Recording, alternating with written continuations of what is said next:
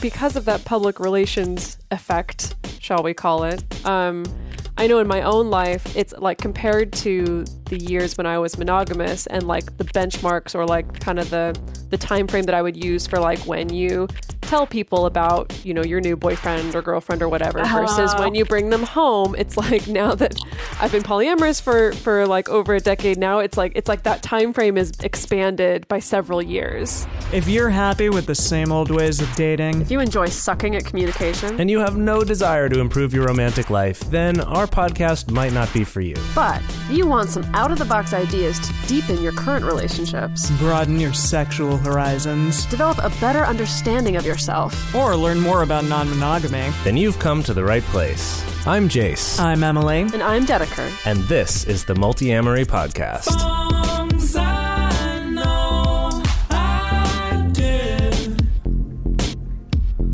Forcing me to form myself to fit. On this episode of the Multiamory podcast, we're joined by Kathy Labriola to talk about her upcoming book, The Polyamory Breakup Book. Kathy Labriola is a nurse, counselor, and hypnotherapist, and she's been in practice in the Berkeley area for over 25 years. Kathy's the author of 3 books, Love in Abundance, The Jealousy Workbook, and now the Polyamory Breakup Book, Causes, Survival, and Prevention. She has been a card-carrying bisexual and polyamorous for nearly 50 years and was first on the Multiamory podcast 4 years ago, I think, and we're really excited to have her back. So, Kathy, thank you so much for being on the show. Thanks for having me. It's great to be back. Yeah, I think last time I had said something wrong the last time since I was never invited back. When you party and you behave badly or get too drunk or something and they never invite you back. Well, I think last time... I other fascinating guests to talk to in the meantime. Right. Well, I think last time it was when the Jealousy Workbook came out. Does that timing work out? That was about 4 years ago? Yeah. That's right. Right. So it's just the cost of admission is writing a book. That's all it is. Okay. I won't take it personally. Yeah.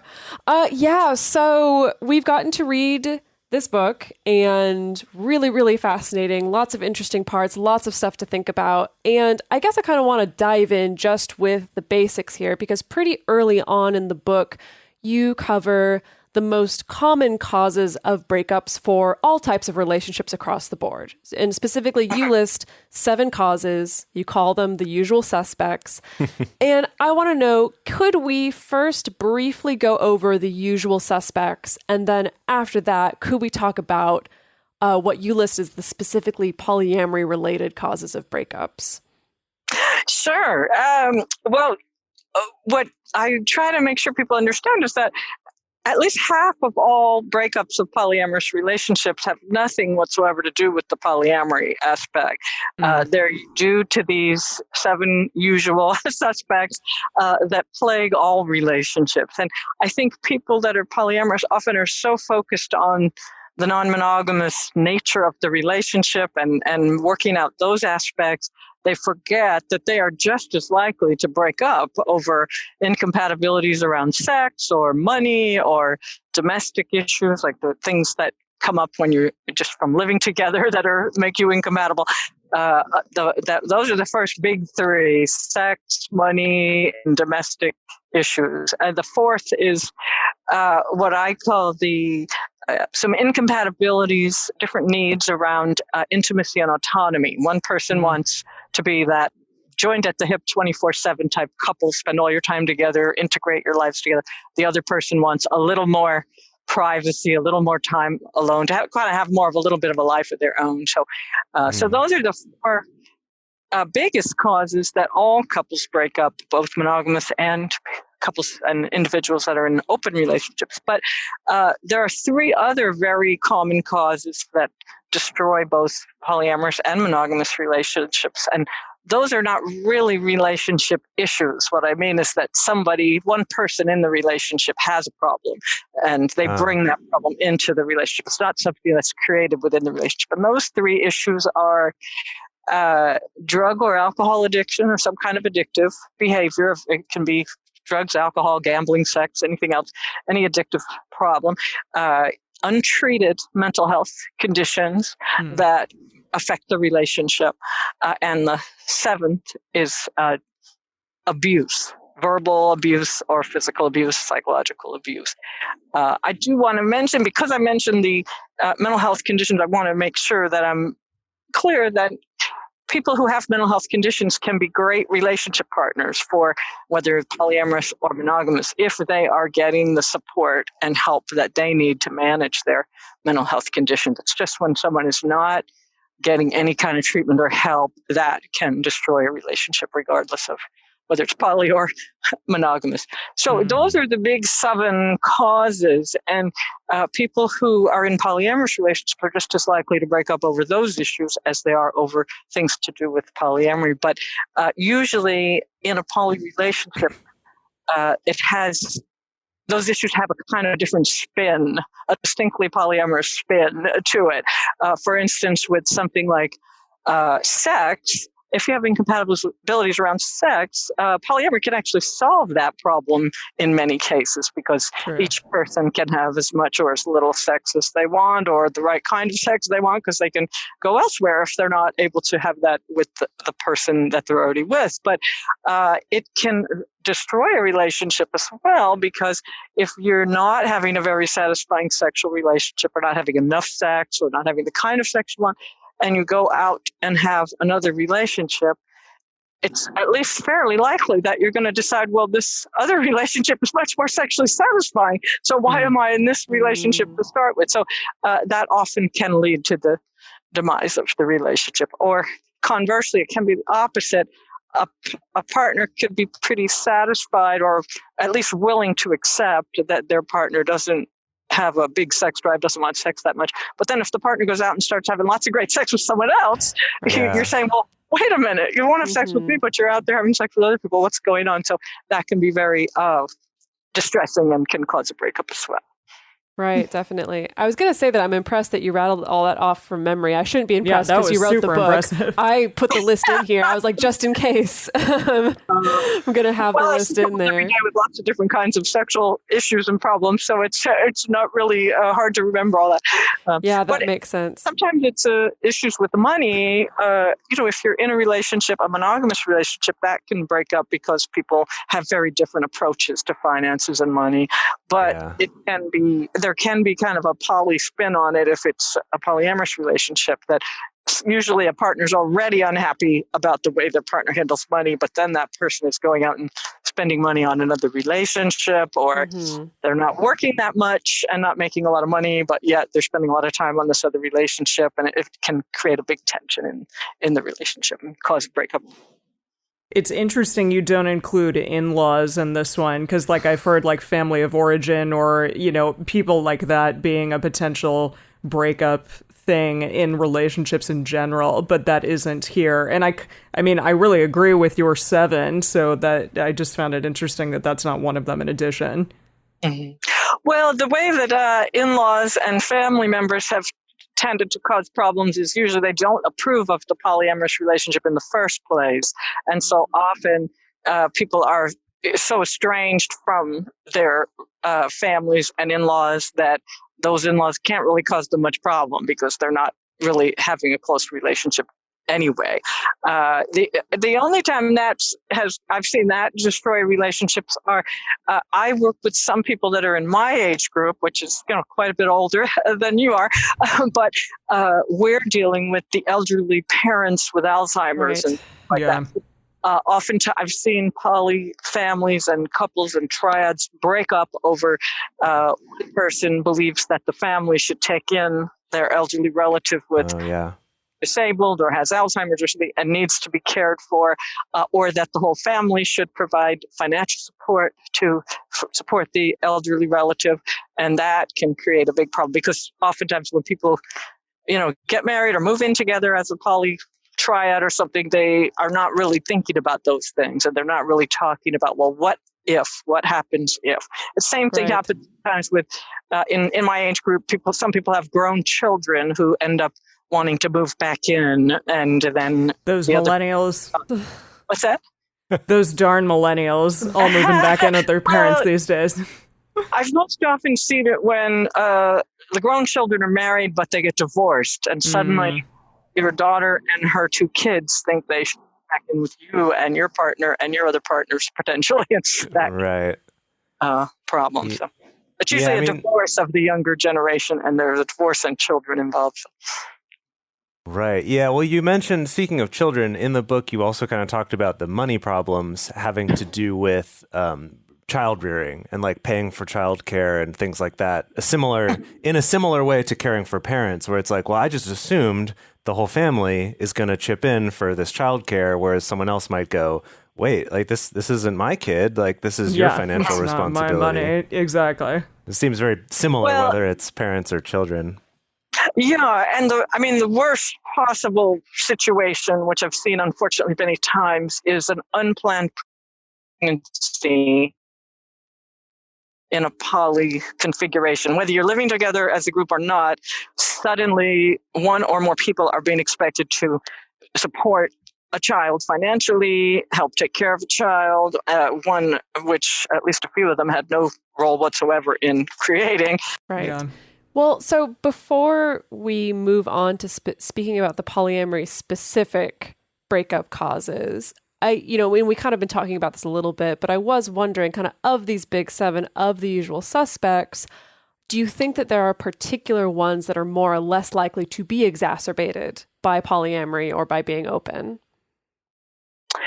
I think the ones that are the most likely to really be made worse and possibly end up being sort of the last straw that destroys a relationship are sex, money, and untreated mental health problems. Because oftentimes, if it's in a kind of stable monogamous relationship, even if they are not taking a lot of action to care for themselves and their mental health condition, adding an outside relationship can create a huge amount of anxiety, depression, paranoia, irrational fears, and sometimes some pretty bad behavior, unfortunately.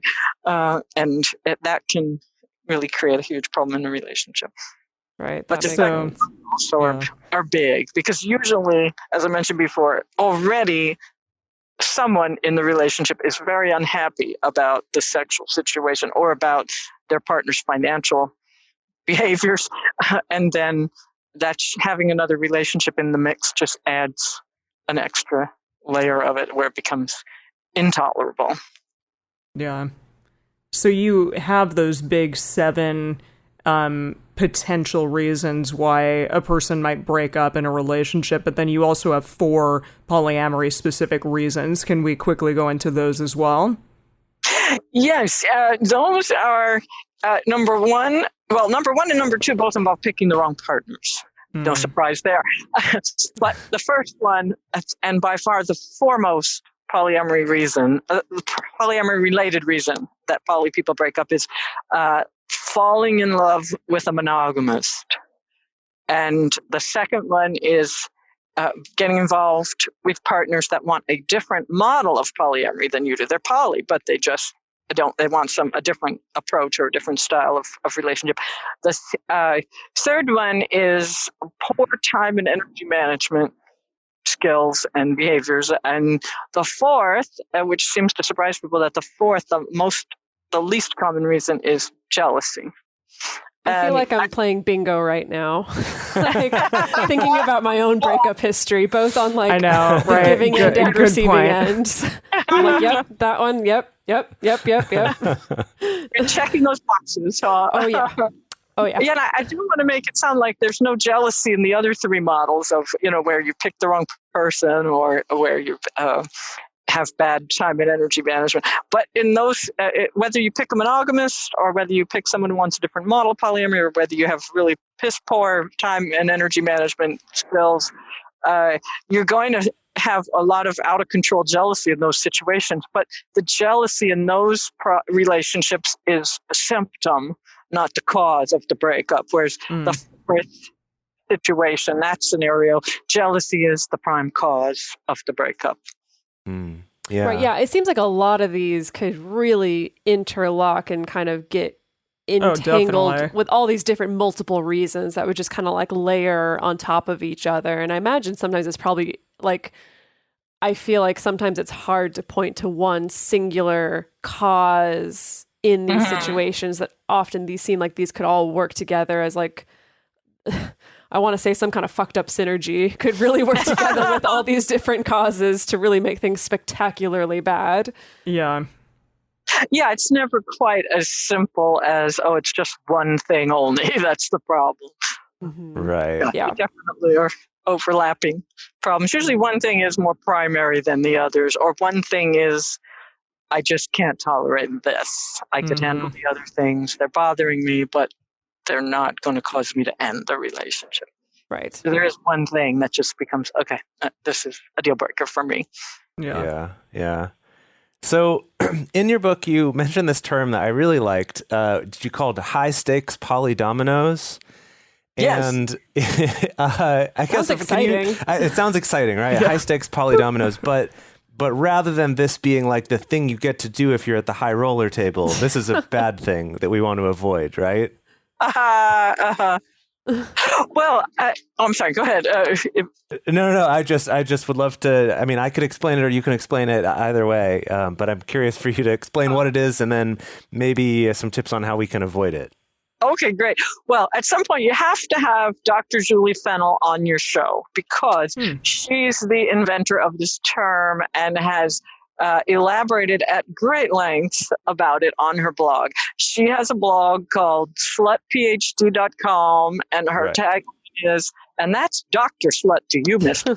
I love that. Her theory about high stakes polydominoes is she apparently has seen a number of these situations. I've certainly seen plenty of them, where one polyamorous breakup takes the whole poly constellation around it down with it. Oh boy, yeah.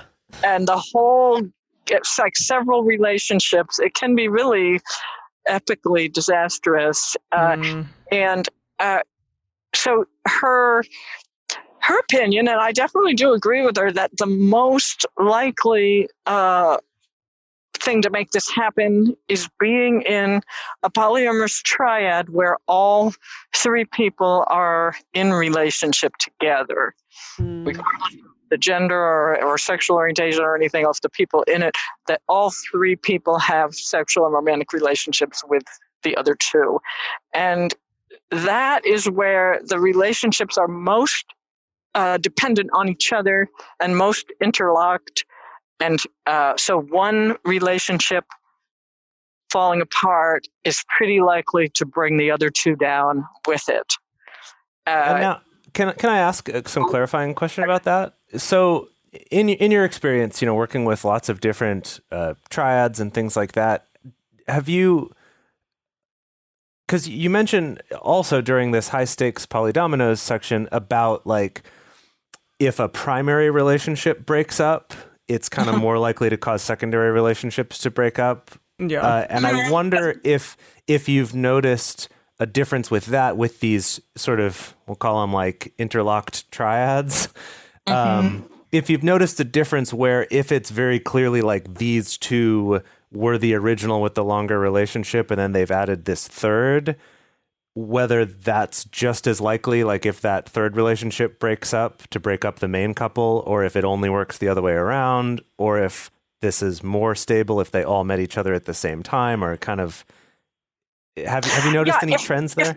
If you have a primary couple that's been together for a long time, like 10 years or more, and they have added a third person, and both of the people in that couple have become sexually and romantically involved with that third person, and if one of the people breaks up with that third person, then it's likely that the one of two things will happen.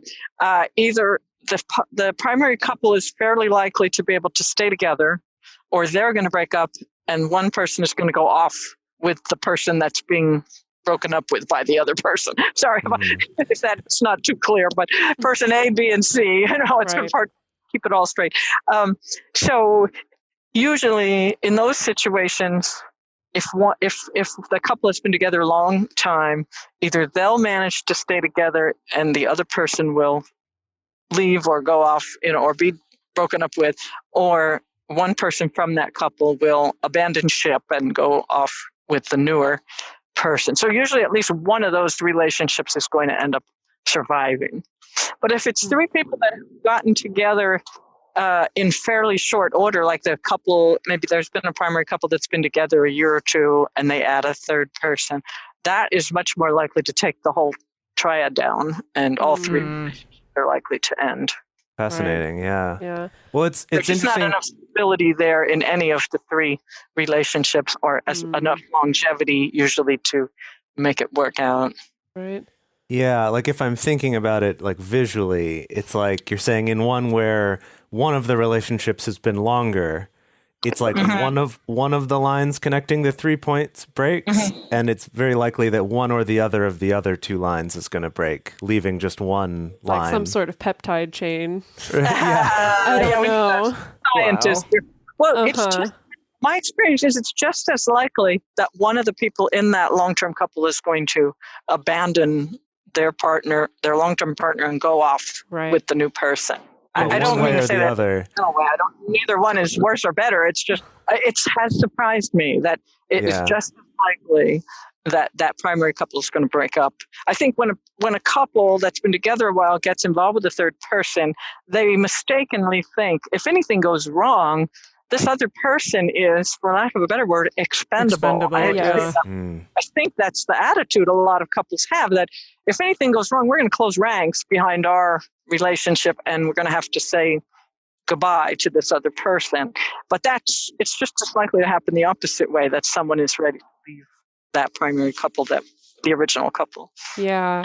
I think that is kind of the funny thing with triads and quads that form is, I mean, I guess it's not a really comfortable conversation to have, but it's like people seem to be okay to build these very interlocked, interdependent relationships, but very few people are having the conversation around, so what happens if one of us is unhappy with this particular relationship or that particular relationship or that particular relationship? And I mean, again, not a comfortable conversation to have, but I'm wondering if talking about those kind of logistics earlier on would help, or if it would just still turn into dominoes because emotions come up and feelings and everything falls apart.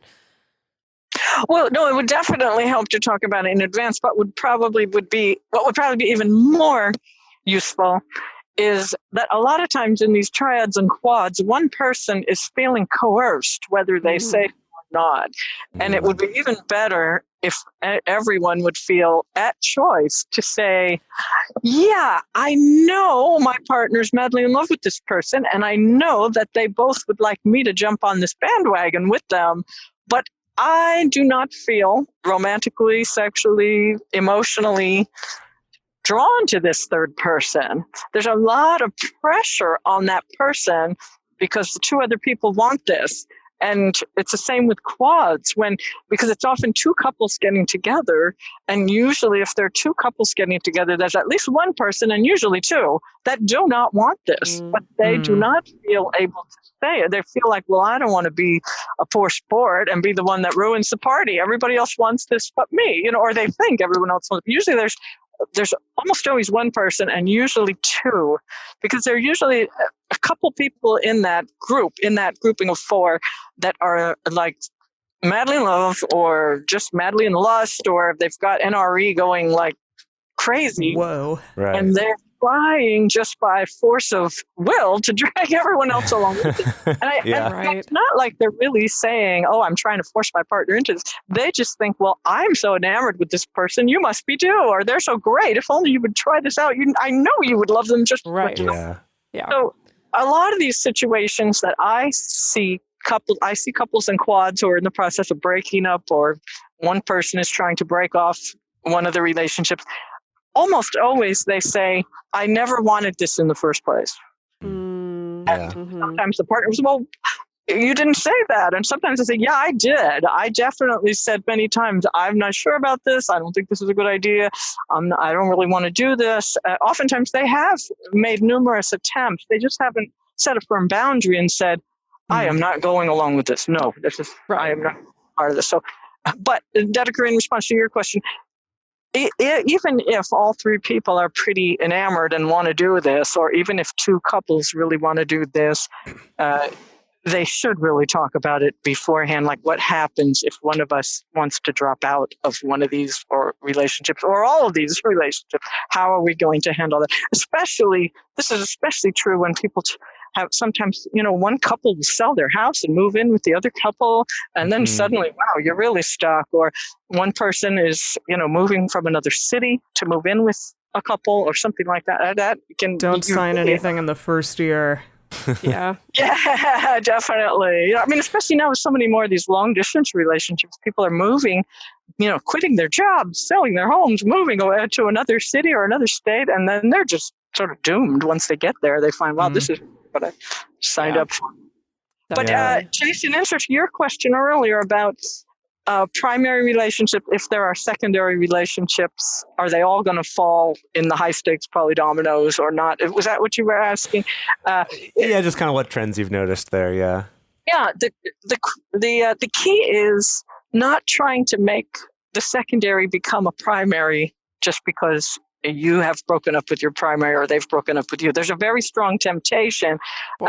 Usually there's the thought, at least on the part of someone in that relationship, one person or the other is thinking, well, the only reason our relationship is, quote, secondary is because they're already married, or I'm already married, or the partner's already married to someone else.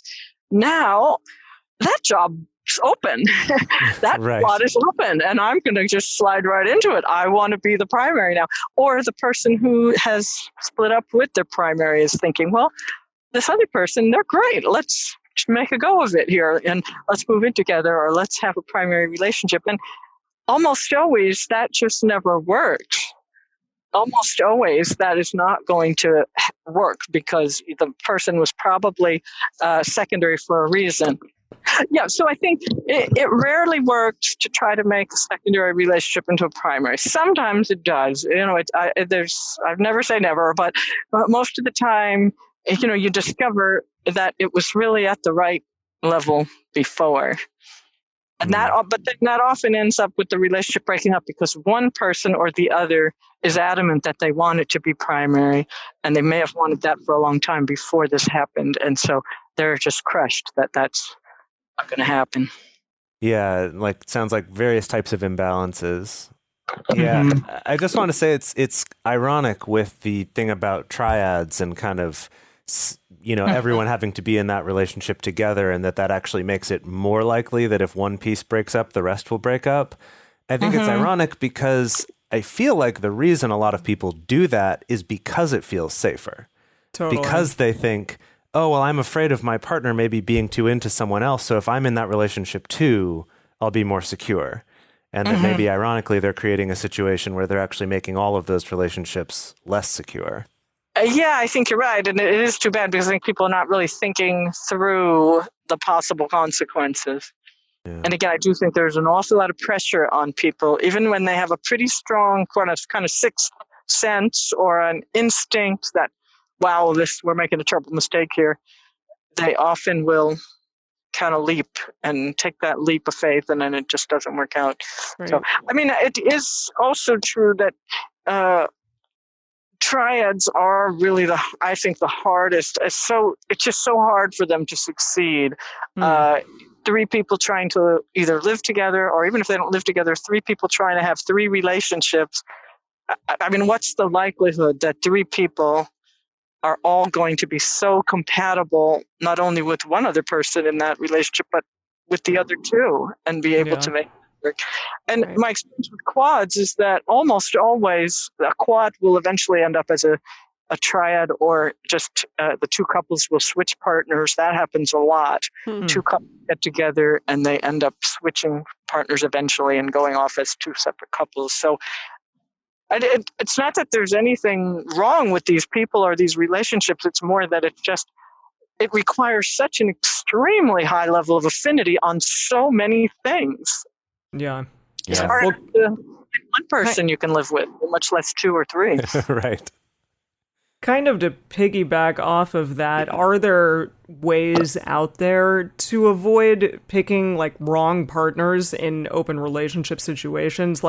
Are there really surefire ways in which to screen a partner early on? Well, as I said, the number one thing is just to try your best to avoid falling in love with someone who has a Is a tendency to monogamist. monogamy. Yeah. And that's hard because Easy.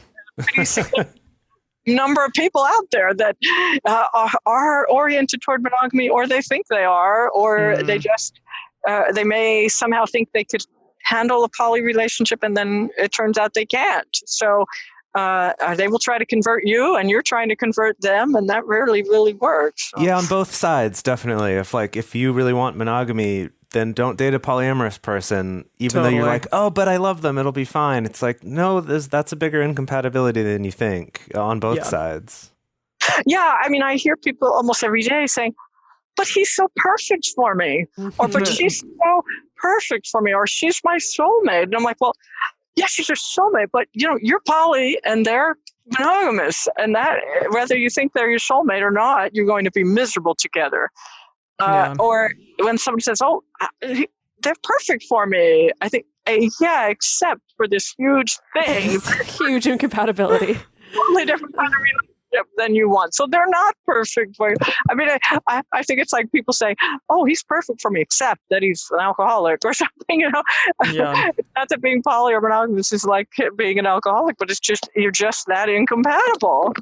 Yeah. Well, I think it's really a testament to the power of NRE that not only does it blind you to like the little red flags or the little flaws or whatever, but also the gigantic ones. The gigantic ones as well. And trust me, I've been on the other side of that where yeah, like I fell in love with someone who was monogamous, and because I was so in NRE, I was like, that's okay. I only need this person. That's all right. Like I'm like full of all the NRE chemicals. They're scratching all my itches, as it were. They're checking all the boxes, So like that's fine. I can break up with everyone else and just do this. And then literally a few months later, it's like, oh God, what a huge mistake. What was I thinking? Yeah, what was I thinking? Exactly, what was I thinking? And I think, yeah, definitely the same thing can happen on the monogamous side of thinking like, well, I don't know about this polyamory thing, but it feels so good to be with them now that sure, I can handle whatever. And then it just doesn't turn out that way. Well, I do think, too, that the confusing thing is that some people are what I call the bisexuals of the poly-mono spectrum. Some people can be perfectly happy in a monogamous relationship, and they can be perfectly happy in a polyamorous relationship with the right person or persons at the right time in their lives, whatever, in a particular situation. I mean, for some people, it really is situational. But for some of us, like me, I am just polyamorous, and there's not really anyone at any point, at any time, that is going to change that. And there are some people that are truly monogamous, and no one's going to change that. But I think it's hard to tell. I think a lot of people who are monogamous have to try a poly relationship in order to discover that their relationship orientation is fixed. It's fixed at the monogamous end of the spectrum. It is not. They are not in the bisexual camp between the poly and the monogamous. Yeah. A lot of people are. And how do you know, really? I mean, I think most people have to try it. I would argue the same with sexuality in general. Yeah, definitely. Totally. I want to clarify on that a little bit because I want to ask about what I feel is maybe trickier to screen for, and that's figuring out, screening for that incompatibility of like, yeah, we're both non-monogamous, but we want a different kind of polyamory or non-monogamy. Like, what's the best way to kind of figure that out early on? Or is it possible to figure that out early on with a new partner? It is, if you know what model works for you and if they know what model works for them. But oftentimes, either you are not sure or they're not sure. I mean, if you know that you're in some kind of primary, secondary model where you have a primary partner and you really don't have the bandwidth to have a second primary partner, or that's not part of your agreement, then you really be smart to try to get involved with people who are already partnered with someone else, so they're not looking for that primary, or someone who's doesn't really want a primary relationship, and there are certainly people out there that don't. The place that I see the most people getting in the most trouble with the wanting different models of polyamory is one person wants some kind of primary relationship, and that is not available in this particular model that they're in. They've picked someone who's already partnered, or they've picked someone who's wants relationship anarchy and is not looking for any kind of, living together or primary or marriage type relationship. So that's the problem I see the most. There's someone in the configuration that wants a primary relationship, and that is not available to this situation. Yeah. Yeah. Oh, yeah. Been on all Been there, different done sides that. of that. Yeah. Old news. All of the above. Okay, so let's shift gears a little bit. And in your book, you talk about managing the quote unquote public relations of a polyamorous breakup. So can you tell us, first of all, why are we talking about public relations when it comes to a breakup? Well, because so many people that I have seen have absolutely been blindsided by the extremely hostile reaction they get from everyone around them when they're going through a poly breakup, mainly because everyone, all the non-poly people around them, their family, their friends, their coworkers, etc., are assuming that the relationship broke up because it was polyamorous, which, as I'm saying, is at least half the time is not true at all. And they also are usually gloating because they will say, I knew this could never work and you deserved it and you got what you asked for or something. There's kind of that attitude. So this is especially true if someone ends up like leaving for another person and then this, it was the other woman that destroyed the marriage, or the wife had a boyfriend or something, and it was all because of this so-called infidelity and cheating. There's all this kind of totally imaginary stuff that people come up with to explain why this relationship broke up, and you're not likely to get much sympathy from anyone because they predicted it. They said, oh yeah, this will never work, and they think that it didn't because it was a more non-monogamous relationship. So I usually try to tell people to be prepared for that and be cautious about who they talk to about it and what you tell them.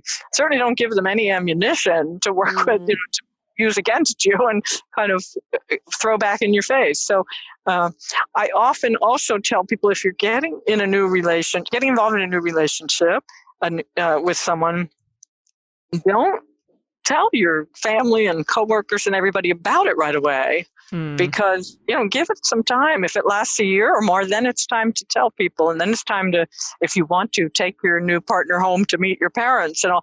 But I see people bringing people home to their family after dating for 2 months, and then they create all this big crisis in the family, and then a month later they split up, and then they're just embarrassed, and they've put family through all this chaos and crisis and being rejected by their families, only to find the relationship didn't really last. So why go through that? Why not just wait till you see this is really actually going to last? It's especially true for people who are new to polyamory. If they decide to come out to their coworkers and their families, and then they decide a few months later, this poly thing's really not for me, it's very embarrassing. You've exposed yourself to a lot of ridicule and abuse that was unnecessary. Right. Yeah. Absolutely. Yeah, I feel like because of that public relations effect, shall we call it, I know in my own life, it's like compared to the years when I was monogamous and like the benchmarks or like kind of the time frame that I would use for like when you tell people about, your new boyfriend or girlfriend or whatever, versus when you bring them home. It's like, now that I've been polyamorous for like over a decade now, it's like that time frame is expanded by several years, so it's like, so it is kind of like, like what you were saying. It's like, well, I'm going to wait a year before I like tell someone. I mean, not that I'm keeping them a secret, but before it's like public knowledge that it's like, yeah, this is one of my partners. I'm going to wait 3 years before they meet my family, I think because of that, because it's like, it takes this extra time to kind of have that sticking power and that social proof of like, this is actually a thing. This isn't just some, nutso polyamorous fling or whatever people perceive it as. Well, and I think too that if you're in a monogamous relationship and you bring the partner home after a few months, you're not likely to get that really like lack of approval and lack of acceptance from your family, or if you bring them to your company picnic or something, they're going to probably like the person and approve of it and say, oh, great, you got a boyfriend or girlfriend or whatever. But if you're not really sure about the relationship, and if you're, especially for people who are new to polyamory and they're not even sure this is really for them, they're very insecure. And then to be like ridiculed or rejected by a family or your coworkers, or worry about possibly getting fired from your job over it, why put yourself through that? I mean, you have to feel strong enough that you can defend yourself and defend your decisions and your relationships. And if you're not that sure about this person yet, or not that sure that this relationship is going to last, it's really going to be hard for you to really be articulate about defending your choices. Right. Yeah, that makes sense. And I'm certainly not saying you should be in the closet or keep it secret or not tell anyone. It's just, certain people that you can predict are likely to be hostile, which is usually your family, and maybe I would avoid that right off the bat. Yeah. So this is... Sorry, go ahead. Oh, no, I just was going to move on to the next question. But yeah, if you had one last thing to say, go for it. Yeah, some people have really taken the initiative to take like a very proactive stance if they're going through a breakup, to like even send out an email to their friends saying this is what's happening, trying to make it as neutral as possible. You and your partner, even if you're going through an ugly breakup, you can agree on, we're going to send this out to people, or we're going to tell people this is the situation, and we just want them to know we're splitting up and we're trying not to badmouth each other publicly. And, but we agree, we both will agree not to go on social media and, vilify each other. Everyone. Trying to take a proactive stance so that, you don't do anything you're going to regret later. Yeah, that's kind of a good segue into this next question, which is another thing that you talk about in the book. But is there sort of a better way to do polyamorous breakups, like that kind of enables all parties involved to have less pain and suffering? Well, the biggest predictor is whether you treated each other really well during the relationship, and whether you try as best as you can to treat each other with care and love while you're going through a breakup. That's easier said than done. But, if someone has done something awful, it's going to be hard for the breakup to be positive, whether it's, monogamous or polyamorous. And trying to get the support of any other partners while you're going through the break really helps a lot.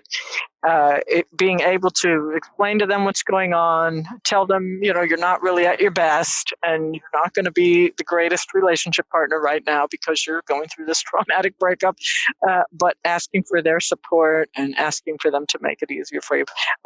Sometimes when you're going through a breakup, you can get some agreement with your partner about texting each other or letting each other know if you're going to be at a poly event or a party or something, so that you can decide if you want to avoid running into each other. Or sometimes I'm sure you've seen people do this, where one person will say, okay, well, I'm going to go to this event, you can go to that event. And, while you're in the worst of the breakup.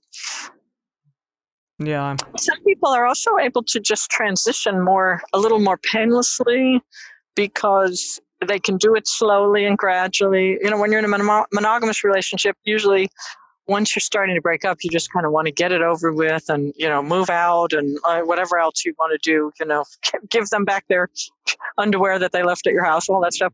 But with a polyamorous breakup, it's kind of, in some ways, it's like, what's the rush? You can gradually do what is sometimes called graceful distancing. Just say, I like that. We are moving away from having a romantic and sexual relationship. We have other partners, and we're both moving more in the direction of making more of a commitment in those relationships, or whatever's happening, just deciding that, we're just going to do this slowly and gradually so we can kind of not have any sudden trauma in our lives. And for some people that works. Other people, it's more like, no, I just got to get this over with. It's too painful.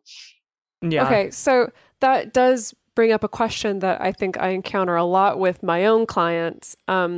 but I'm wondering what your opinion is on this. So, I have a lot of clients, and I've done this myself many times in my life, feeling like it's necessary to have a very specific period of separation, whether that's we need to not text each other for a month or 6 months or whatever. And I'm wondering for you, which scenarios do you feel like that's a necessary thing versus which are there scenarios where you feel like that's maybe not as appropriate to do? Well, usually if you're in a primary relationship where you've been living together, maybe you have children together, you've kind of had this dream of having a life together, and then you're splitting up, it can be so painful that usually some period of no contact is needed in order to then shift to being friends. So it varies from person to person, but for most people that have been in any kind of serious or committed relationship, there's a kind of a grieving for like losing that dream that you had of having a life together and of having to give that up and shift to something else. A lot of people are able to then shift to a friendship. It's very hard to go from being spouses or partners in a big way to suddenly saying, okay, we're just going to be platonic friends and have coffee once in a while. It really doesn't happen so easily.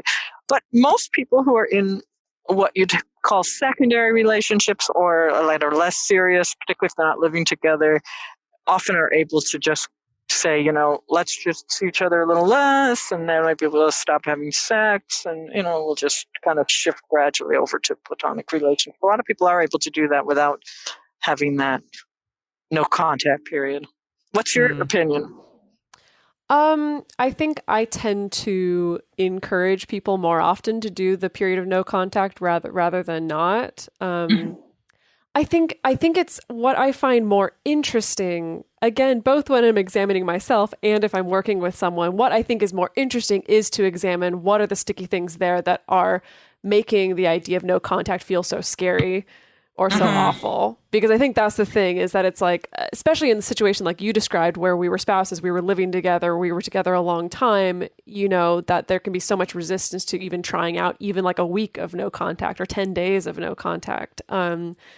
And so I see so many people who are like, yeah, I know I probably should, but I can't do the no contact thing and just suffer and suffer and suffer and suffer until it finally gets so bad that then in their frustration, they're like, okay, I have to cut this person off for a month or a week or whatever it is. So I don't know. Painful. Yeah. So that's what comes to mind for me, is kind of just looking at like, is there a way to help people kind of hack that to be able to kind of rip that Band-Aid off earlier rather than doing the whole, we got to suffer through it until it gets so bad that I have to take this contact or take this period of no contact.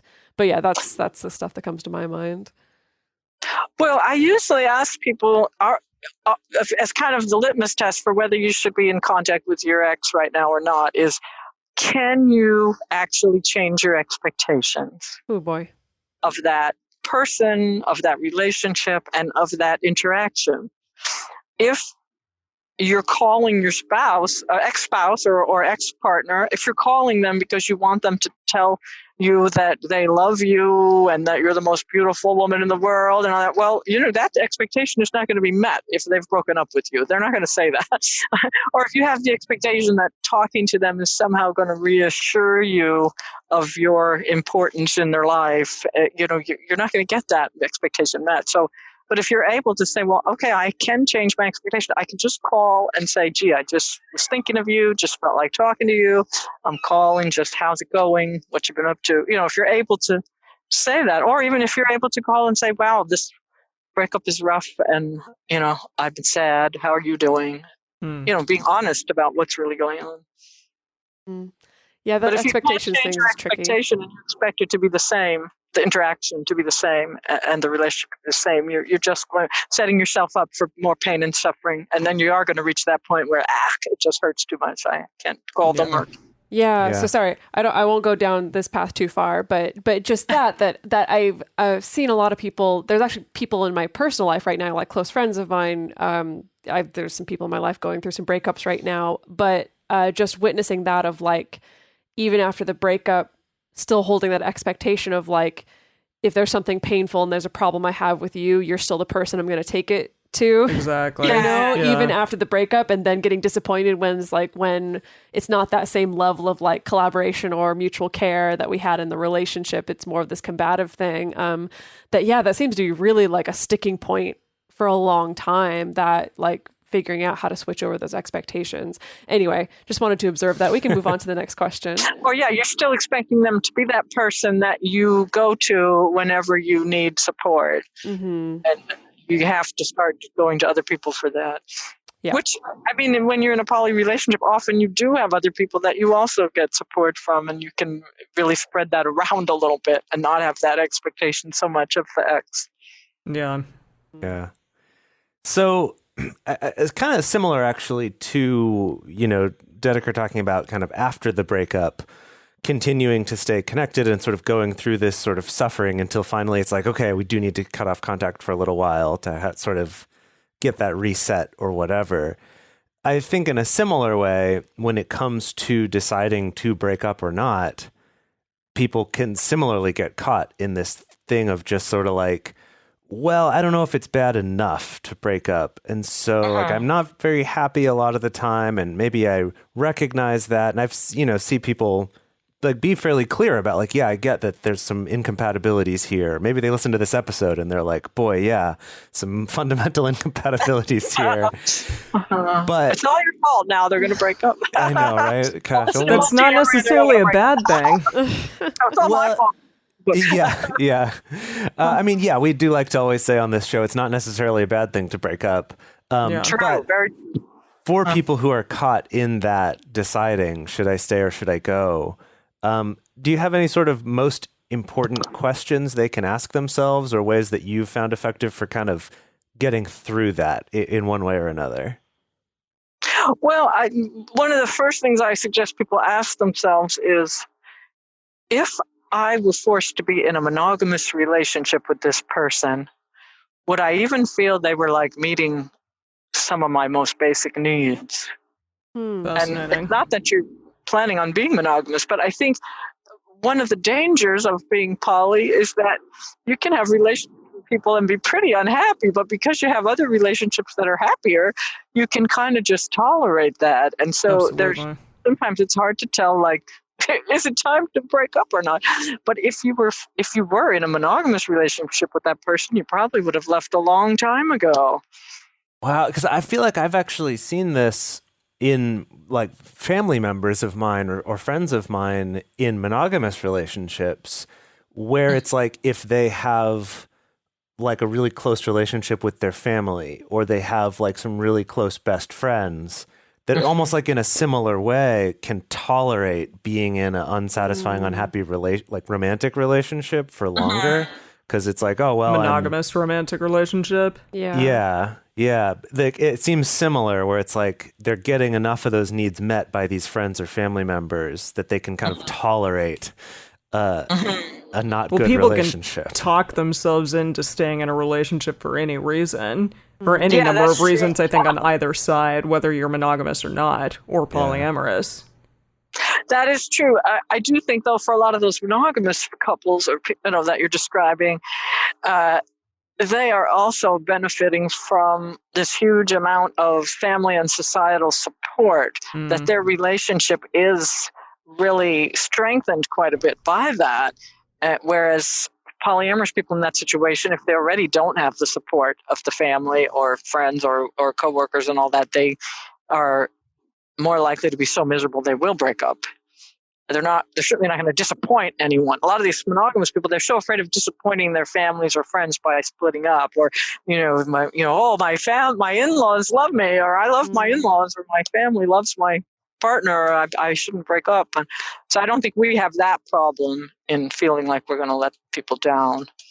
Yeah, that's interesting, because on one side or the other, it's like, on the monogamous side, maybe people stay in relationships longer than they should because of that pressure. And maybe on the polyamorous side, it's like sometimes it's harder to make it last when it could because of that, polyamorous relationships are getting that pressure to break up. Like you're never going to work. And monogamous ones are getting this pressure of like, no, you have to make this work. Yeah, well, you do sometimes see, I've certainly seen a few polyamorous people think, well, I'm going to stay in this relationship because I don't want my family to have the satisfaction of That's saying. true. Yeah, you're right. That's a really good point. Yeah. Yep. I certainly, when I was quite a bit younger, I certainly saw gay and lesbian relationships where the families hated them being gay and hated the partner because they were gay and would stay together longer than they should just because the partner was really the only support they had, and they also didn't want the families to be right or to lay them from the start. Yes, you were all wrong to be. So that, I don't think that happens so much anymore, just because gay people have so much more acceptance in society now than in the past. Yeah. Yeah, that's true. That's interesting. So this has been. Now, I do ask. Yeah. To say whether they would have stayed with this person if they were in a monogamous relationship. That's one sort of way of just looking at, well, what am I getting out of the relationship? You can and what are the problems? But you can also just take what I call a relationship inventory. Just say, well, what are the good things I'm getting in this relationship? Worth being in this relationship, and is this relationship more romantic, or is it actually more platonic now? Or is this a primary relationship now? Or do I want to shift it to being, less primary? Do I want to, for some relationships, you might be a lot happier. And if you just didn't spend that much time with the person. That sounds funny, but that's totally true. So true. Yeah. Being polyamorous, you can, change the agreement with your partner. They may not be happy about being demoted to being more secondary, or they might be like, well, yeah, that'd probably be fine. So, both people have to agree that less is much better, or less is at least as okay as more in terms of time and commitment. Yeah, definitely. Definitely. So this has been a fascinating discussion. We could definitely talk about it for several more hours, but before we wrap things up, can you let our listeners know where can they find more of you and where can they find your book? You can find more of me and more of my book on my website, kathylabriola.com. I have a web page as part of my website that has a one-page teaser for each of the chapters in the book, along with each chapter. Each of the teasers has a cartoon, a really great cartoon from artist Lacey Johnson, who illustrated my book. Unfortunately, even though she made 16 great cartoons, one for each chapter, only 3 of them ended up in the book due to a situation with the publisher. So, but they're all on the website. And you can buy the book through my website. You can buy it through Thorntree Press, which is the publisher. Excellent. So cool. Kathy is going to be sticking around for our bonus content episode available for our Patreon supporters. I think in this bonus episode, we're going to be talking about the most important lessons we've personally learned from our own breakup. So we're going to be getting a tiny bit more personal there. So if you want access to that bonus episode, go to patreon.com/multiamory so that you can get access to that episode as well as joining our exclusive community. So we would also love to hear from you about what's helped you during breakups.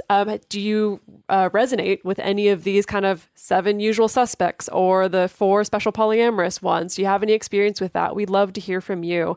The best place to share your thoughts with other listeners is on this episode's discussion thread in our private Facebook group or Discord chat. And again, you can go to patreon.com/multiamory to get access to those. In addition, you can share with us publicly on Twitter, Facebook, or Instagram.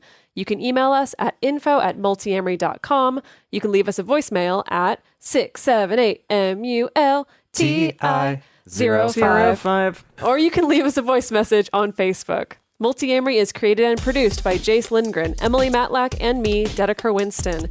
Our episodes are edited by Mauricio Balvanera. Our social media wizard is Will McMillan. Our production assistants are Rachel Shennework and Carson Collins. Our theme song is Forms I Know I Did by Josh and Anand from the Fractal Cave EP. Full transcript is available on this episode's page on multiamory.com.